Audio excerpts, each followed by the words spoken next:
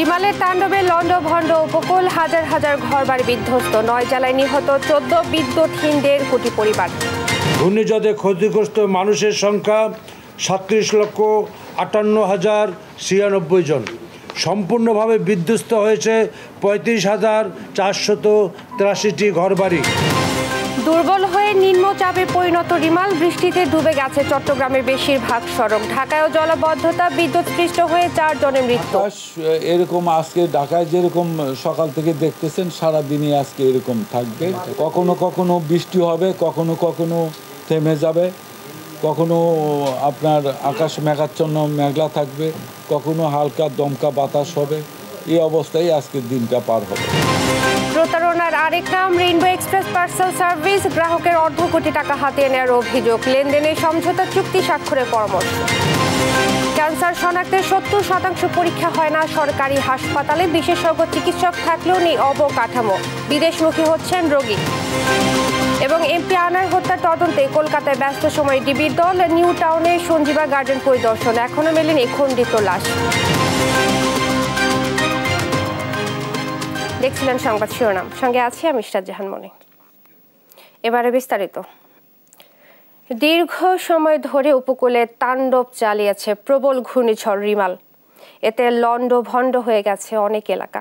এখন পর্যন্ত 6 জেলায় 10 জনের প্রাণহানির খবর পাওয়া গেছে। এদের মধ্যে বরিশালে 3 জন, ভোলা 3 জন সহ চট্টগ্রাম, সাতক্ষীরা, পটুয়াখালী ও কুমিল্লায় 1 জন করে মারা যান। ঘূর্ণিঝড়ে উপকূলীয় জেলায় বিধ্বস্ত হয়েছে বহু ঘরবাড়ি, উপড়ে গেছে গাছপালা, জলোচ্ছ্বাসে প্লাবিত হয় অনেক এলাকা। সেই সঙ্গে বিদ্যুৎ বিচ্ছিন্ন 1.5 কোটির বেশি পরিবার। সহকর্মীদের তথ্য ছবিতে বিস্তারিত জানাচ্ছেন টুম্পা আফরোজ।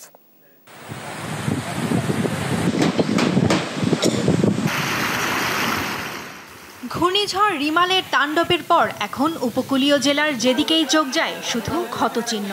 বিধ্বস্ত হয়েছে ঘরবাড়ি, উপড়ে পড়েছে বহু গাছ। ঘূর্ণিঝড়ে মূল আঘাতের পর সোমবার সকালেও বরগুনার উপকূলে তুমুল বৃষ্টি, সেই সঙ্গে প্রবল বেগের ঝড়ো হাওয়া। সাগরও উত্তাল, পানিতে তলিয়েছে নিম্নাঞ্চলের ঘরবাড়ি, বন্ধ রয়েছে বিদ্যুৎ সরবরাহ, প্লাবিত 2টি ফেরির গ্যাংওয়ে। 50 বছর 60 বছরও দেই নাই, এখন যে অবস্থা যাদের এই বছর রাস্তাঘাটে গাছ পড়ে রাস্তাঘাট ব্লক হয়ে গেছে, পাশাপাশি মানুষজন আসতে পারতেছে না। তীব্র বেগে নোয়াখালীর হাতিয়ার লোকালয়ে ঢুকে পড়েছে পানি। বেড়িবাঁধের বাইরে নিঝুম দ্বীপ, ঘাসিয়ার চর, ঢালাচর সহ বেশ কয়েকটি এলাকায় পানিতে তলিয়েছে ঘরবাড়ি ও রাস্তাঘাট। শুধু নিঝুম দ্বীপেই পানিবন্দী 50,000 মানুষ। সেই সঙ্গে সারা দেশের সঙ্গে এখনো হাতিয়ার নৌযোগাযোগ বিচ্ছিন্ন রয়েছে। রোববার রাতে আশ্রয়কেন্দ্রে যাওয়ার সময় বরিশালে রূপাতলীতে গাছ চাপা পড়ে 1 জনের মৃত্যু হয়, আহত হন 2 জন। সোমবার সকালে মেহেন্দিগঞ্জে সাপে কেটে মৃত্যু হয় 1 শিশুর। সেই সঙ্গে প্রবল বৃষ্টিতে দেয়াল ধসে মৃত্যু হয় আরও 1 জনের। এ অঞ্চলের বেশিরভাগ এলাকায় বিচ্ছিন্ন রয়েছে বিদ্যুৎ সরবরাহ। ঘূর্ণিঝড় রিমালের প্রভাবে সকাল থেকে প্রবল বাতাসে কাঁপে বাগেরহাটবাসী। বাঁধ ভেঙে নিম্নাঞ্চল প্লাবিত হয়ে এখন পানিবন্দী প্রায় 5 লাখ মানুষ। বিধ্বস্ত হয়েছে প্রায় 45,000 ঘরবাড়ি। বিদ্যুৎ বিচ্ছিন্ন রয়েছে জেলার বেশিরভাগ এলাকা। রিমালের তাণ্ডবে তীব্র জলোচ্ছ্বাসে বাঁধ ভেঙে প্লাবিত হয় খুলনার কয়রা ও দাকব উপজেলার বেশ কয়েকটি ইউনিয়ন। এতে স্থানীয়দের ভোগান্তি বেড়েছে কয়েক গুণ। ভোলায় রিমালের ভয়াল তাণ্ডবে বিধ্বস্ত হয়েছে অন্তত 2000 বাড়িঘর। এ সময় লালমোহনে ঘর চাপায় মনেজা নামে এক বৃদ্ধা, বোরহানুদ্দিনে গাছ চাপায় এক যুবক ও দৌলত খানে গাছ চাপায় এক শিশুর মৃত্যু হয়। পানিতে মনপুরা, দৌলত খান, চরফ্যাশন ও ভোলা সদরের অন্তত 30টি গ্রামের মানুষ এখন পানিবন্দী। সাতক্ষীরায় রাতভর ঝড় বৃষ্টিতে চরম আতঙ্ক আর উৎকণ্ঠায় রাত কাটে উপকূলবাসীর। সোমবার সকাল থেকে শুরু হয় বৃষ্টি আর ঝড়ো হাওয়া। এখানে আশ্রয়কেন্দ্রে যাওয়ার সময় মৃত্যু হয় 1 জনের। এছাড়া এদিকে রোববার পটুয়াখালীতে পানির স্রোতে ভেসে গিয়ে 1 জনের মৃত্যু হয়েছে। কুমিল্লার শাকতলায় দেয়াল ধসে 1 জনের মৃত্যু হয়। এদিকে চট্টগ্রামে টানা বৃষ্টিতে সকালে নগরীর বায়োজিৎ বোস্তামিতে নির্মাণাধীন ভবনের দেয়াল ধসে মারা যান 1 জন। টুম্পা আফরোজ, নিউজ ডেস্ক, দেশ টিভি। ঘূর্ণিঝড় রিমালের তাণ্ডবে লন্ডভন্ড উপকূলীয় অঞ্চল। সবশেষ পরিস্থিতি জানাতে ভোলা থেকে যুক্ত হচ্ছেন সহকর্মী ছোটন সাহা। ছোটন, উপকূলে রিমালের তাণ্ডবে কি পরিমাণ ক্ষয়ক্ষতি হচ্ছে এবং সবশেষ পরিস্থিতি আমাদেরকে জানাবেন।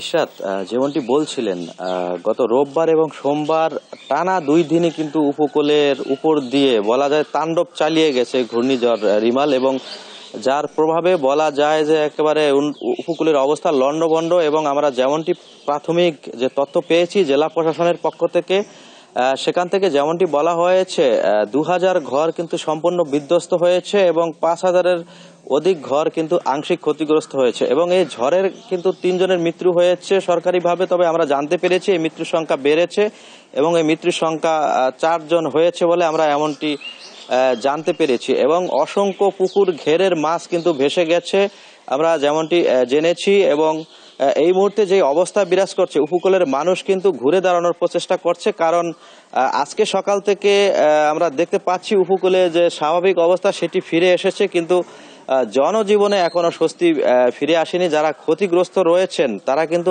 এখনো ঘুরে দাঁড়ানোর চেষ্টা করছেন, তবে কিভাবে ঘুরে দাঁড়াবেন এমনই দুশ্চিন্তা তাদের চোখ মুখে, কারণ যারা ক্ষতিগ্রস্ত হয়েছেন তাদের বেশিরভাগ কিন্তু নদীর তীরবর্তী উপকূলের মানুষ এবং যারা দরিদ্র পরিবারের, এজন্য তারা এই বারবার প্রাকৃতিক দুর্যোগে তারা ক্ষতিগ্রস্ত হন। তার ব্যতিক্রম হয়নি, এবারও কিন্তু তারা সেই দুর্যোগের ক্ষতিগ্রস্ত হয়েছেন এবং তারা দাবি তুলেছেন যাতে জেলা প্রশাসনের পক্ষ থেকে ক্ষতিগ্রস্তদের সহায়তা দেওয়া হয়। আমার সাথে ভোলার জেলা প্রশাসক আরিফুজ্জামানের সাথে কথা হয়েছে।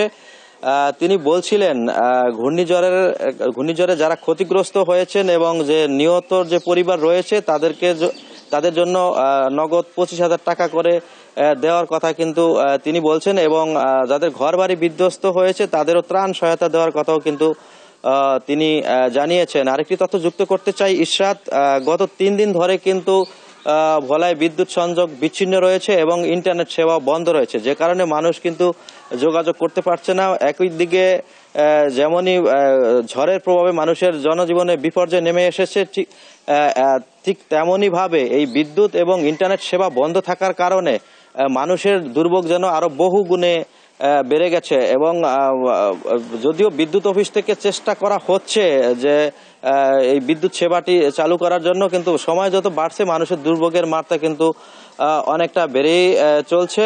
তো ইশরাত, এ ছিল আমার কাছে ভোলাতে যে ঘূর্ণিঝড় পরবর্তী যে ক্ষয়ক্ষতি হয়েছে তা নিয়ে সর্বশেষ তথ্য। ইশরাত।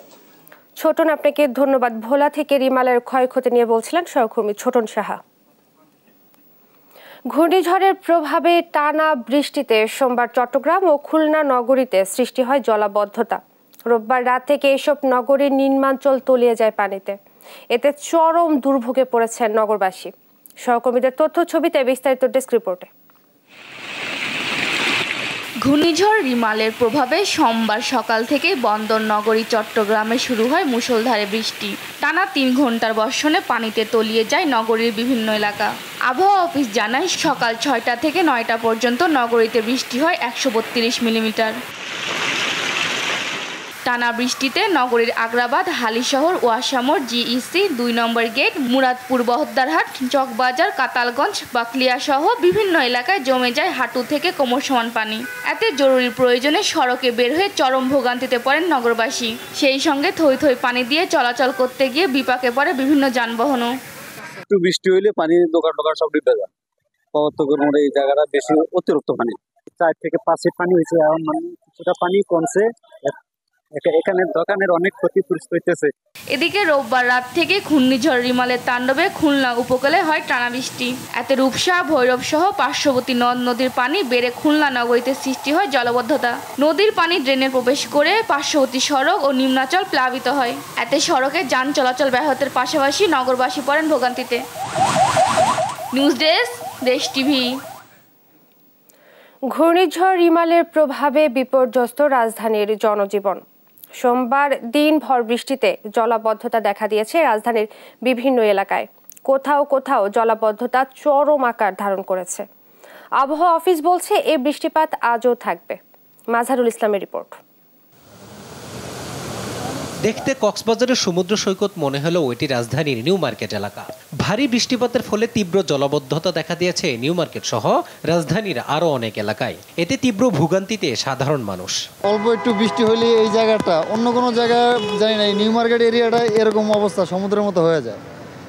আপনাদের ব্যবসায়ীদের তো অনেক সমস্যা, দোকানপাটের সমস্যা, অনেক ক্ষয়ক্ষতি হয়। এই আপনার যেগুলো মুখগুলা এগুলো সবসময় পরিষ্কার করে রাখলে আশা করি জলাবদ্ধতা থাকতো না। পানির কারণে গাড়ি চালান যাইতেছে না, খুব কষ্ট হইতেছে আর কি পানির কারণে। এই বন্যা যদি না হয় একটুখানি বৃষ্টি পড়লে এদিকে পানি জমে জায়গা। জি অনেক ভোগান্তিতে পড়তেছি। মনে করেন কাদায় ফিরে যাইতেছি, গাড়া আছে দেখা যাইতেছে না, এক আডু পানি। বৃষ্টি হলে রাজধানীর জলাবদ্ধতা যেন চিরাচরিত বিষয় হয়ে দাঁড়িয়েছে। এজন্য দুর্বল পয় নিষ্কাশন ব্যবস্থা এবং কর্তৃপক্ষের অবহেলাকে দায়ী করছেন নগরবাসী। এটা প্রচুর ভোগান্তির শেষ নাই। এই সামান্য বৃষ্টি হয়েছে, পানি দেয় না। মেয়ররা যেসব কথা বলে যান আসলে সেগুলো তারা করেন না সঠিকভাবে, এবং তাদের এই যে সমস্যার জন্য সাধারণ জনগণের যে ভোগান্তি, আসলে এটা আসলে খুবই কষ্টকর। মেয়র চোখে দেখেন নাকি?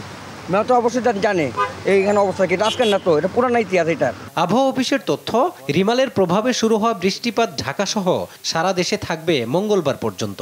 আকাশ এরকম আজকে ঢাকায় যেরকম সকাল থেকে দেখতেছেন সারা দিনই আজকে এরকম থাকবে। কখনো কখনো বৃষ্টি হবে, কখনো কখনো থেমে যাবে, কখনো আপনার আকাশ মেঘাচ্ছন্ন মেঘলা থাকবে, কখনো হালকা দমকা বাতাস হবে। এই অবস্থায় আজকের দিনটা পার হবে। ঘূর্ণিঝড় রিমাল রাজধানীতে কোনো তাণ্ডব না চালালেও ভারী বর্ষণে জলাবদ্ধতার ভোগান্তিতে পড়েন ঢাকাবাসী। মাজহারুল ইসলাম, দেশ টিভি, ঢাকা। রাজধানীতে প্রবল ঝড় ও বৃষ্টিতে বিদ্যুৎস্পৃষ্ট হয়ে 2 নারী সহ 4 জনের মৃত্যু হয়েছে। এদের মধ্যে খিলগাঁও এলাকায় 2 জন, যাত্রাবাড়িতে মারা গেছেন 1 জন এবং বাড্ডায় মারা গেছেন আরও 1 জন। বিস্তারিত শাহেদুজ্জামান সাকিবের প্রতিবেদনে। ঘূর্ণিঝড় রিমালের প্রভাবে সৃষ্ট বৃষ্টিতে জলাবদ্ধ হয়ে পড়ে ঢাকার বিভিন্ন এলাকা। এই জলাবদ্ধতার কারণে রাজধানীতে বিদ্যুৎস্পৃষ্ট হয়ে প্রাণ গেছে 4 জনের। সোমবার রাতে বিদ্যুৎস্পৃষ্ট হয়ে মারা যান খিলগাঁওয়ের বাসিন্দা মরিয়ম বেগম। ওই আমাদের যেই জায়গায় আর কি কারেন্টটা আর কি আর্থিং হয়েছিল, তো আমরা ওই রোডটা দিয়ে আর কি আসতেছিল পর ওই জায়গায় আর কি শর্ট খেয়েছি। তখন আমি আবার পাশে ছিলাম বলতে একটু দূরে ছিলাম। তখন আমি আর কি দূর থেকে মানে উনি পড়ে ছিল, পরে আমি লাইট মেরে দেখছি, ওনারা বলতে একটা মুরব্বী মহিলা, পরে আমি লাইট মেরে দেখি যে আমার আম্মু। তো ওইখানে যে মহিলাটা যখন যাবে রাস্তা দিয়ে, গলির রাস্তাটা, তো যাওয়ার সময় ওই খাম্বার প্লেয়ারটা ধরছে, তখন সে আর্থিংয়ে মানে পুড়ে গেছে পানির ভিতরে। যাওয়ার পর কানতে আর্থিং স্পষ্ট হয়ে যে যা অবস্থাও, তো আশেপাশে কেউ মানে সামনে আগাচ্ছে না। তো হঠাৎ করে আমি আমাদের এখানে খিলগাঁওর অধীনে আমাদের বিদ্যুৎ অফিসের লোক ছিল, তাকে কল দিলাম যে তাতে এই লাইনটা টপ করেন, এখানে একটা কারেন্টে একটা মানুষ, সুস্থ মহিলা মানুষ শুয়ে আছে। জলাবদ্ধতার কারণে হাঁটতে গিয়ে মারা যান বাড্ডার বাসিন্দা আলামিন। যাত্রাবাড়ির বাসিন্দা লিজা মারা যান বাসার টিনের প্রাচীর স্পর্শ করে, এবং ব্যাটারি চালিত রিকশা চার্জ দিতে গিয়ে মারা যান রাকিব। পৃথক ঘটনায় বিদ্যুৎস্পৃষ্টে অসুস্থ হয়ে পড়লে তাদেরকে উদ্ধার করে ঢাকা মেডিকেল কলেজ হাসপাতালের জরুরি বিভাগে নিয়ে আসলে কর্তব্যরত চিকিৎসক 4 জনকেই মৃত ঘোষণা করেন। শাহিদুজ্জামান সাকিব, দেশ টিভি, ঢাকা। দুর্যোগ ব্যবস্থাপনা ও ত্রাণ প্রতিমন্ত্রী মহিবুর রহমান জানিয়েছেন, ঘূর্ণিঝড় রিমালে 37,58,000 মানুষ ক্ষতিগ্রস্ত হয়েছেন। এছাড়া প্রায় 35,000 ঘরবাড়ি বিধ্বস্ত হয়েছে এবং আংশিক ক্ষতি হয়েছে 1,14,900 ঘরবাড়ি। সোমবার সচিবালয়ে ঘূর্ণিঝড় পরবর্তী সংবাদ সম্মেলনে তিনি আরও জানান, এরই মধ্যে ক্ষতিগ্রস্তদের 6,85,00,000 টাকা সহযোগিতার জন্য দেওয়া হয়েছে। আরও জানাচ্ছেন জুবাইর রাজিন। রোববার সন্ধ্যার পর থেকেই উপকূলীয় জেলাগুলোতে আঘাত হানে প্রবল ঘূর্ণিঝড় রিমাল। রাত বাড়ার সাথে সাথে রিমালের তীব্রতা আরও বাড়তে থাকে। সোমবার সকালেও তাণ্ডব চালায় উপকূলীয় অঞ্চলে। এর প্রভাবে প্রবল বৃষ্টি ও জোয়ারের পানিতে বাঁধ ভেঙে প্লাবিত হয়েছে শত শত গ্রাম।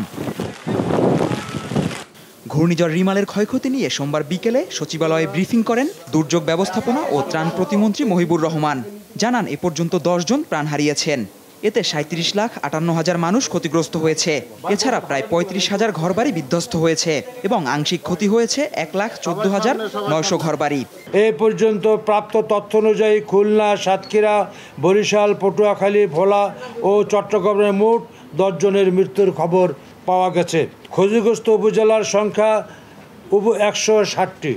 এবং ইউনিয়ন ও পৌরসভার সংখ্যা 914টি। ঘূর্ণিঝড়ে ক্ষতিগ্রস্ত মানুষের সংখ্যা 37,58,096 জন। সম্পূর্ণভাবে বিধ্বস্ত হয়েছে 35,483টি ঘরবাড়ি। তিনি বলেন ইতোমধ্যে ক্ষতিগ্রস্তদের 6,85,00,000 টাকা সহযোগিতার জন্য দেয়া হয়েছে। এসব সহযোগিতা ক্ষতিগ্রস্তদের মোবাইল অ্যাকাউন্টে যাবে উল্লেখ করে প্রতিমন্ত্রী বলেন বরাদ্দ অব্যাহত থাকবে। ক্ষতিগ্রস্তদের অনুকূলে 6,85,00,000 টাকা প্রদান করা হয়েছে, যার মধ্যে 15টি জেলায় জিআর ক্যাশ 3,85,00,000 টাকা, নগদ টাকা 5,500 মেট্রিক টন চাল, 5,000 প্যাকেট শুকনো খাবার, শিশু খাদ্য ক্রয়ের জন্য 1,50,00,000। এই অল্প সময়ের মধ্যে যেটা দিয়েছি এটা আজকের দিন পর্যন্ত। আমাদের তো বরাদ্দর কার্যক্রম অব্যাহত থাকবে। তবে সরকারের প্রস্তুতির কারণে বড় ক্ষয়ক্ষতি হয়নি বলেও জানান প্রতিমন্ত্রী। আমরা জুবায়ের রাজিন, দেশ টিভি, ঢাকা। ঘূর্ণিঝড় রিমালের কারণে উপজেলা নির্বাচনে তৃতীয় ধাপের 19টি উপজেলা নির্বাচন স্থগিত করেছে নির্বাচন কমিশন ইসি। সোমবার দুপুরে আগারগাঁও নির্বাচন ভবনে সংবাদ সম্মেলনে ইসি সচিব জাহাঙ্গীর আলম এ তথ্য জানান বাগেরহাটের শরণখোলা, মোরেলগঞ্জ, মংলা, খুলনার কয়রা, পাইকগাছা, ডুমুরিয়া, বরিশালের গৌরনদী, আগুইলঝাড়া, পটুয়াখালী সদর, মির্জাগঞ্জ, দুমকি, পিরোজপুরের মঠবাড়িয়া, ভোলার তজুমুদ্দিন, লালমোহন, ঝালকাঠির রাজাপুর, কাঠালিয়া, বরগুনার বামনা, পাথরঘাটা ও রাঙামাটির বাঘাইছড়ি উপজেলা পরিষদ নির্বাচনে ভোট গ্রহণ স্থগিত করা হয়েছে।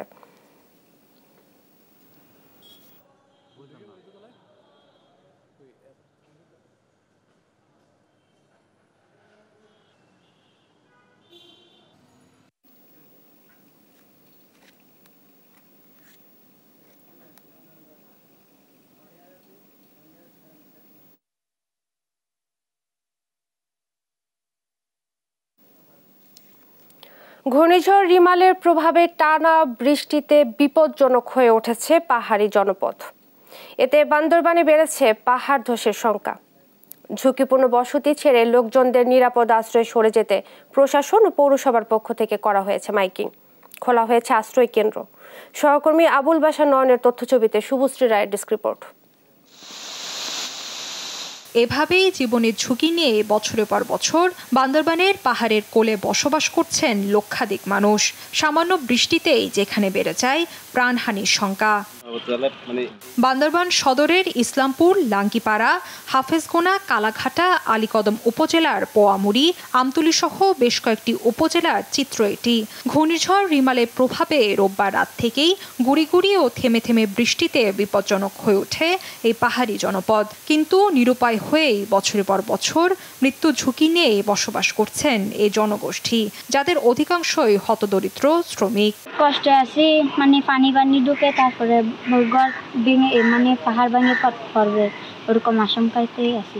পাহাড়ে থাকা ছাড়া তো উপায় নাই, আপনার ঝুঁকিপূর্ণ হলেও থাকতে হচ্ছে আর কি। এখন যাবে কোথায় এতগুলো মানুষ? তো বৃষ্টি পড়লে আপনার এই পাহাড় ধসটা বেশি হয়, কারণ এখানে এটা হচ্ছে বালু, তো মাটিগুলো বালুর কারণে ওটা হচ্ছে আপনার পাহাড় ধসটা বেশি হয়। পাশে যতগুলো জায়গা আছে জায়গার মধ্যে এমনি তো পাহাড় ধসের সম্ভাবনা আছে। এখন আমি যেখানে আছি এখানে কিন্তু পাহাড় ধসের সম্ভাবনা। সরকারি হিসেবে 2009 সাল থেকে 16 বছরে বান্দরবানে পাহাড় ধসে 80 জনের মৃত্যু হয়েছে, যাদের মধ্যে 2009 সালে 30 আগস্ট আজিজনগর ও গজালিয়ায় 11 জন, 2010 সালে নাইখংছড়িতে 5 জন, 2011 সালে রোয়াংছড়িতে 2 জন, 2021 সালের 15 সেপ্টেম্বর রোয়াংছড়ির সাইঙ্গাঝিরিতে একই পরিবারে 3 জন ও সবশেষ 2023 সালের 12 আগস্ট সদর, লামা ও নাইখংছড়িতে 10 জন প্রাণ হারান। ঘূর্ণিঝড় রিমালের প্রভাবে চলা বৈরী আবহাওয়ায় প্রাণহানি ঠেকাতে এরই মধ্যে ঝুঁকিপূর্ণ বসতিদের নিরাপদ আশ্রয়ে সরে যেতে মাইকিং করেছে স্থানীয় প্রশাসন। জনসাধারণকে নিরাপদে থাকার জন্য মাইকিং করছি। আমরা এই দুর্যোগ মোকাবেলার জন্য আমাদের সর্বোচ্চ প্রস্তুতি নিয়ে আমরা কাজ করে যাচ্ছি। এছাড়া পরিস্থিতি মোকাবেলায় জেলার 7টি উপজেলায় 34টি ইউনিয়নে 260টি আশ্রয়কেন্দ্র প্রস্তুত রাখা হয়েছে বলে জানান পৌর মেয়র। নিউজ ডেস্ক, দেশ টিভি। সংবাদ সকালে আরও থাকছে। 3 বছরেও শেষ হয়নি খুলনায় ক্যান্সার হাসপাতাল নির্মাণ। কাজ হয়েছে মাত্র 35%। টাকা না পাওয়ার অজুহাত ঠিকাদারের। ব্যবসায়ীদের কাঠের চশমা পরিয়ে অর্ধ কোটি টাকা হাতিয়ে নিয়েছে রেইনবো এক্সপ্রেস পার্সেল সার্ভিস। অভিযোগ উঠেছে পাওনা টাকা আটকে রাখার। সমাজ ও অপরাধ বিশেষজ্ঞ ডক্টর তৌহিদুল হক বলেছেন, পার্সেল করার সময় সমঝোতা চুক্তি স্বাক্ষর করা উচিত। বিস্তারিত ফজলে আদিত্যের বিশেষ প্রতিবেদনে, ক্যামেরায় ছিলেন সাইদুল ইসলাম।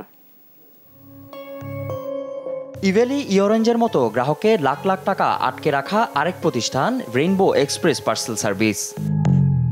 ঢাকা, চট্টগ্রাম, খুলনা ও কক্সবাজার সহ দেশের অন্যান্য জেলায় পণ্য পাঠায় তারা। আর এই সুযোগে প্রায় সময় বহন করা হতো মাদকের চোরাচালান। পুরান ঢাকার চশমা ব্যবসায়ী থেকে শুরু করে অন্যান্য ব্যবসায়ীরা এই পার্সেল সার্ভিসের মাধ্যমে বিভিন্ন জায়গায় পণ্য পাঠাতো। অভিযোগ রয়েছে, গ্রাহকের পাঠানো টাকাও আটকে রাখত কোম্পানিটি। রমজানের ঈদে 1,30,000 ছিল, অনেক যাওয়ার পরে এরা 30,000 টাকা দিল, অনলি আর 1 লাখ টাকা আছে। 2,46,000 টাকার ফাউন্ড আছে। পার্টি মালগুলো খুলে ফেলছে, এরা কিন্তু আমাদের টাকাগুলো এখনো দেয় নাই। অভিযোগের বিষয়ে চকবাজার গিয়ে কথা হয় ম্যানেজার আরিফুর রহমানের সাথে। দেশ টিভির ক্যামেরায় অকপটে সব অভিযোগ স্বীকার করেন তিনি। গাফলতি ছিল, অনেক পার্টি আসছে, সবারই আমি একই কথা বলছি যে দেখেন আপনাদের টাকা দিবে। ব্যবসায়ীদের অভিযোগের ভিত্তিতে দেশ টিভি 3 যায় রেইনবো এক্সপ্রেসের প্রধান শাখা পল্টনে। অফিসের ভেতরে দেখা যায় সারি সারি ফাইল, যেখানে আটকে আছে গ্রাহকের কোটি টাকা। আমার বিল আছে কন্ডিশনের 5.5 লাখ টাকা।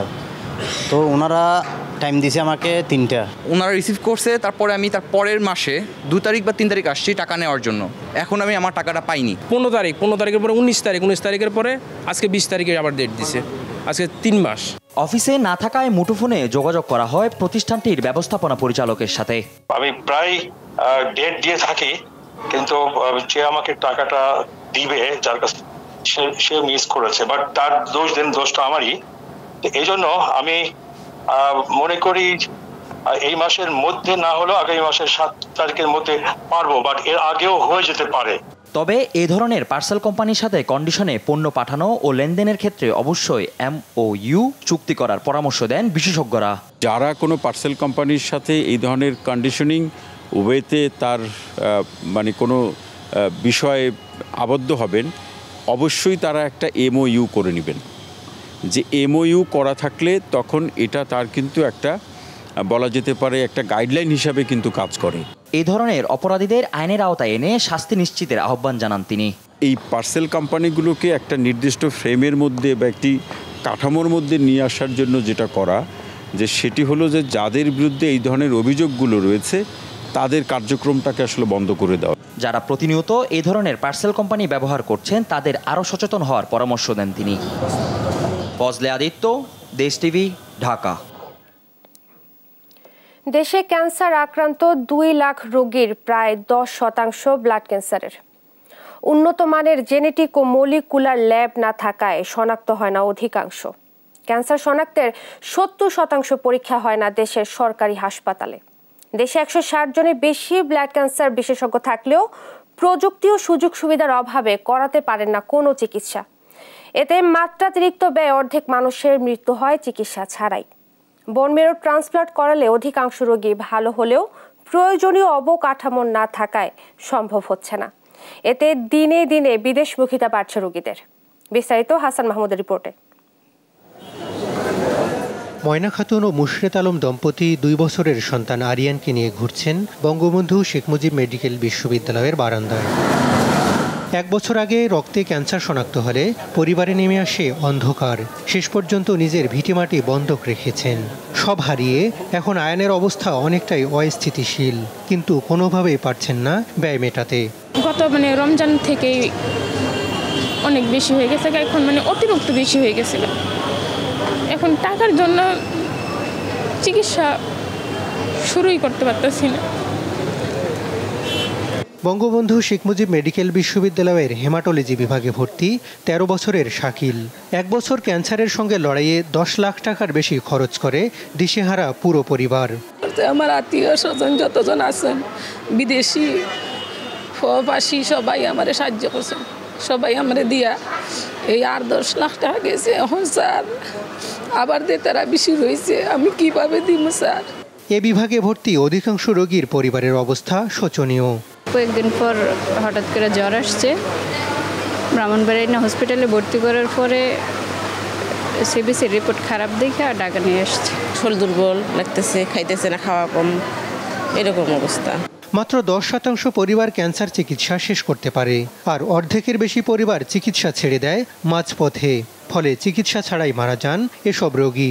অন্যদিকে সরকারি পর্যায়ে 70% পরীক্ষাই হয় না। এ অবস্থায় রোগের জটিলতা ও ব্যয় বাড়ে রোগীদের।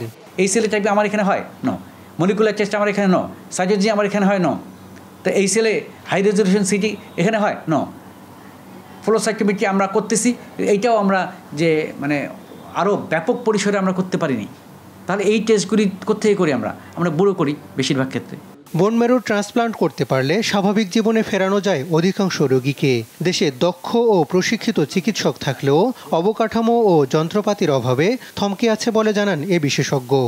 আমাদের 10,000 স্কোয়ার ফিট এ ব্লকে একটা জায়গা আছে, সেই জায়গাটাতে ইনফ্রাস্ট্রাকচার তৈরির জন্য, বাজেটের জন্য প্রতিনিয়ত বিভিন্ন সময় আমরা বর্তমান বিশ্ববিদ্যালয়ের প্রশাসনের কাছে যাই, কিন্তু এখন পর্যন্ত যে এইটাকে এই সাউথ ইস্ট এশিয়ার একটা অন্যতম প্রধান চিকিৎসা কেন্দ্র হিসেবে ডেভেলপ করা বোন ম্যারো ট্রান্সপ্লান্ট আমরা করতে পারি নাই। রোগ শনাক্ত না হওয়ায় চিকিৎসকের প্রতি তৈরি হয় অনাস্থা। ফলে প্রতিদিনই বাড়ছে বিদেশমুখী প্রবণতা। হাসান মাহমুদ, দেশ টিভি, ঢাকা। স্বল্প সময়ের মধ্যে এমপি আনারের খণ্ডিত অংশ পাওয়া যাবে বলে আশা প্রকাশ করেন ডিবি প্রধান হারুনুর রশিদ। ভারত সফরের দ্বিতীয় দিনে গ্রেফতার কসাই জিহাদকে নিয়ে বিভিন্ন জায়গা পরিদর্শন শেষে ডিবি প্রধান জানান, এমন ঘটনায় স্তম্ভিত করেছে সকলকে। তবে আসামিদের দ্রুত গ্রেফতারের কথাও জানান ডিবি প্রধান। বিস্তারিত শাহাদাত নিশাদের রিপোর্টে। বাংলাদেশের সংসদ সদস্য আনোয়ারুল আজিম আনার খুন হওয়ার পর হত্যার রহস্য উদ্ঘাটন এবং তার খণ্ডিত দেহের অংশ খুঁজে বের করতে কলকাতায় দ্বিতীয় দিনের মতো ব্যস্ত সময় পার করছে ডিবি টিম। ভারতে গ্রেপ্তার কসাই জিহাদ হাওলাদারকে নিয়ে সোমবার কলকাতার সঞ্জীবা গার্ডেন সহ বিভিন্ন স্থানে তল্লাশিতে নামেন অতিরিক্ত কমিশনার হারুনুর রশিদ। সাংবাদিকদের মুখোমুখি হয়ে ভারতীয় পুলিশের প্রচেষ্টায় স্বল্প সময়ের মধ্যে এমপি আনারের লাশের খণ্ডিত অংশ উদ্ধার করতে পারার আশা ব্যক্ত করেন তিনি। প্রতিটি জায়গায় আমরা একদম বাস্তবে কোথায় কি করেছে, কোন রূপটাতে হত্যাকাণ্ড সংঘটিত করেছে সেগুলি আমরা তন্ন করে তার কাছ থেকে ছড়িয়েছি। হত্যাকাণ্ডে জড়িত অপরাধীদের আইনের আওতায় এনে বিচারের মুখোমুখি দাঁড় করানোর অঙ্গীকারও করেন হারুনুর রশিদ। তদন্তের স্বার্থে অনেক কিছু আমরা এখন বলতে পারছি না, এবং আমরা দেখলাম যে মানে কলকাতার সিআইডি অন্যান্য পুলিশরা খুবই আপ্রাণভাবে চেষ্টা করেছে। এমপি খুনের ঘটনায় কি ধরনের অস্ত্র ব্যবহার করা হয়েছে তার তদন্ত শেষে জানানো হবে বলে জানান ডিবির মুখপাত্র। শাহাদাত নিশাদ, দেশ টিভি, ঢাকা। খুলনা বিভাগের একমাত্র ক্যান্সার হাসপাতালের নির্মাণ কাজ চলছে ধীর গতিতে। চলতি বছরের এপ্রিলে নির্মাণ কাজ শেষ হওয়ার কথা থাকলেও কাজ সম্পন্ন হয়েছে মাত্র 35%। এখন চলছে সময় ও ব্যয় বাড়ানোর চেষ্টা। ঠিকাদারের দাবি, ঠিক সময়ে মালামাল ও অর্থ ছাড় না হওয়ায় এই বিলম্ব। সহকর্মী নূর ইসলাম রকের তথ্যচিত্রে টুম্পা আফরোজের ডেস্ক রিপোর্ট। খুলনা অঞ্চলের মানুষের ক্যান্সার চিকিৎসায় 2021 সালে খুলনা মেডিকেলে 100 শয্যার পূর্ণাঙ্গ ক্যান্সার হাসপাতাল নির্মাণের উদ্যোগ নেয় সরকার। সে বছরের শেষের দিকে 175 কোটি 72 লাখ টাকা ব্যয়ে শুরু হয় নির্মাণ কাজ। কাজ পায় ঠিকাদারি প্রতিষ্ঠান এমপিবিএল ও এসএন বিল্ডার্স লিমিটেড। এই প্রকল্পের কাজ শেষের সময়সীমা বেঁধে দেওয়া হয় 2023 সালের জুনে, কিন্তু 3 বছরেও প্রকল্পের কাজ শেষ করতে পারেনি ঠিকাদারি প্রতিষ্ঠান। এখন পর্যন্ত কাজ শেষ হয়েছে মাত্র 35%। নির্ধারিত সময়ে কাজ শেষ না হয় প্রকল্পের মেয়াদ চলতি বছরের ডিসেম্বর পর্যন্ত বাড়ানোর প্রস্তাব পাঠানো হয় গণপূর্ত মন্ত্রণালয়। এজন্য এখন অনেকটাই থমকে আছে কাজ। নির্মাণ কাজ শেষ না হয় ক্যান্সার চিকিৎসায় উন্নত সেবা থেকে বঞ্চিত হচ্ছেন এই অঞ্চলের মানুষ। সেই সঙ্গে রোগী ও স্বজনদের ভোগান্তি কয়েকগুণ বেড়েছে বলে বলছেন খুলনা মেডিকেলের চিকিৎসকরা। রোগীর চাহিদা অনুযায়ী আমাদের ফ্যাসিলিটিস হয়তো যথেষ্ট নয়। অপ্রতুল সুবিধার জন্য রোগীদের হয়তো এখানে পুরো সেবাটা পাওয়া যাচ্ছে না, হয়তো তাদের একটু বাইরেও চিকিৎসা নিতে হচ্ছে, একটু ভোগান্তি হচ্ছে। শেষ হলে আমরা পূর্ণ মাত্রায় চিকিৎসা দেওয়া শুরু করবো। ঠিকাদারি প্রতিষ্ঠানের দাবি, যত সময়ে মালামাল ও অর্থ না পাওয়ায় শেষ করা যায়নি কাজ। প্রকল্পের মেয়াদ বাড়লে দ্রুত কাজ সম্পন্নের কথা জানান তারা।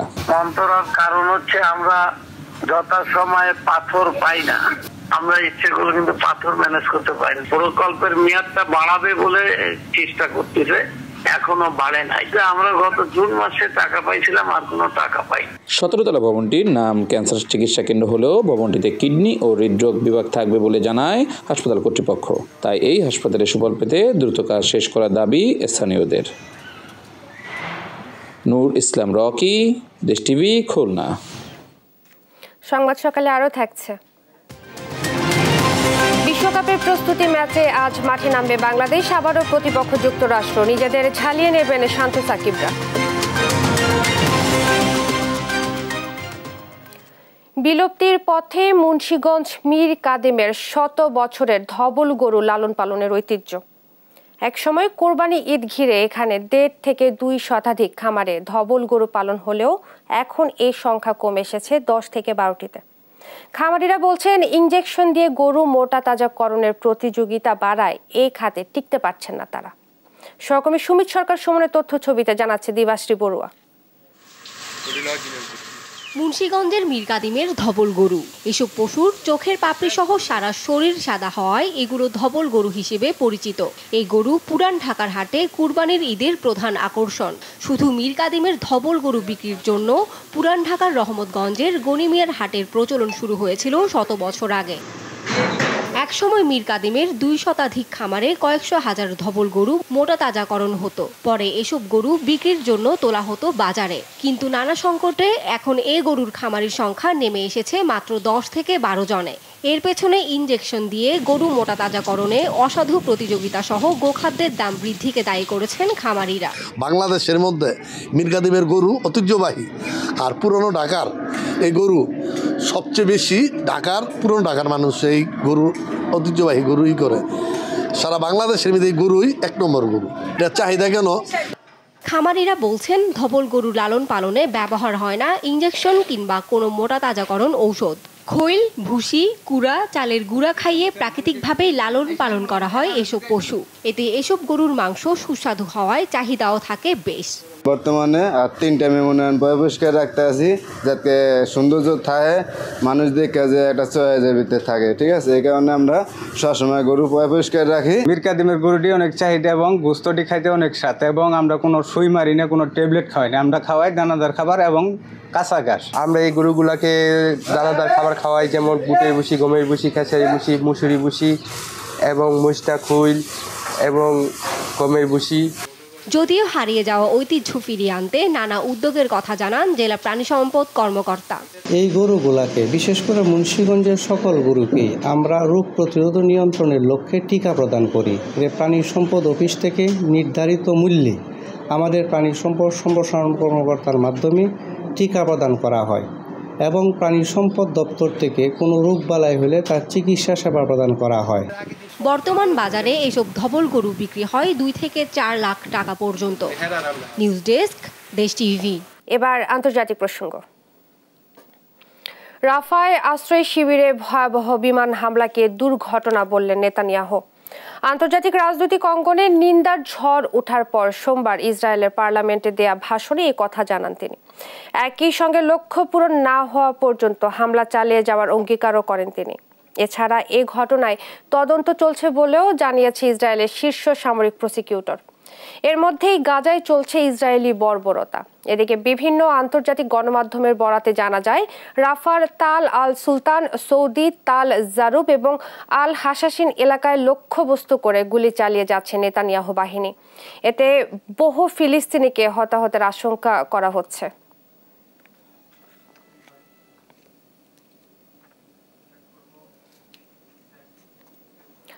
কোরীয় উপদ্বীপে উত্তেজনা নতুন কিছু নয়। নানা ইস্যুতে হরহামেশাই উত্তপ্ত থাকে অঞ্চলটি। তবে উপদ্বীপটিতে নতুন করে আশার সঞ্চার হয়েছে। মুক্ত বাণিজ্য ও নিরাপত্তা নিয়ে আলোচনা এগিয়ে নিতে ইচ্ছুক উপদ্বীপটির 3 শক্তিশালী দেশ চীন, জাপান ও দক্ষিণ কোরিয়া। বিস্তারিত জানাচ্ছেন আব্দুল্লাহ আল মামুন। দীর্ঘ 4 বছর পর এক টেবিলে চীন, জাপান ও দক্ষিণ কোরিয়ার শীর্ষ নেতারা। ত্রিদেশীয় এই আলোচনা দেখাচ্ছে নতুন আশা। বিশ্বের বৈরী পরিস্থিতির মধ্যেও মুক্ত বাণিজ্যের বিষয়ে আলোচনা এগিয়ে নিতে চায় 3 দেশই। পাশাপাশি নিরাপত্তা নিয়েও আলোচনা করতে রাজি তারা। সোমবার দক্ষিণ কোরিয়ার রাজধানী সিওলে ত্রিদেশীয় সম্মেলনটি শুরু হয়। এতে উপস্থিত ছিলেন চীনা প্রধানমন্ত্রী লি কিয়াং, জাপানের প্রধানমন্ত্রী ফুমিও কিশিদা ও দক্ষিণ কোরিয়ার প্রেসিডেন্ট ইউন সুক ইয়ল। এছাড়া 3 দেশের ঊর্ধ্বতন কর্মকর্তারাও সম্মেলনে উপস্থিত ছিলেন। ত্রিদেশীয় সম্মেলনে উঠে এসেছে নানা ইস্যু। ইউক্রেন রাশিয়া যুদ্ধ থেকে শুরু করে কোরীয় উপদ্বীপের উত্তেজনা, বাণিজ্য, জলবায়ু পরিবর্তন ছাড়াও আরও অনেক ইস্যুতে আলোচনা হয় বৈঠকে। পাশাপাশি 3 দেশের দ্বিপাক্ষিক বিভিন্ন ইস্যুও উঠে এসেছে।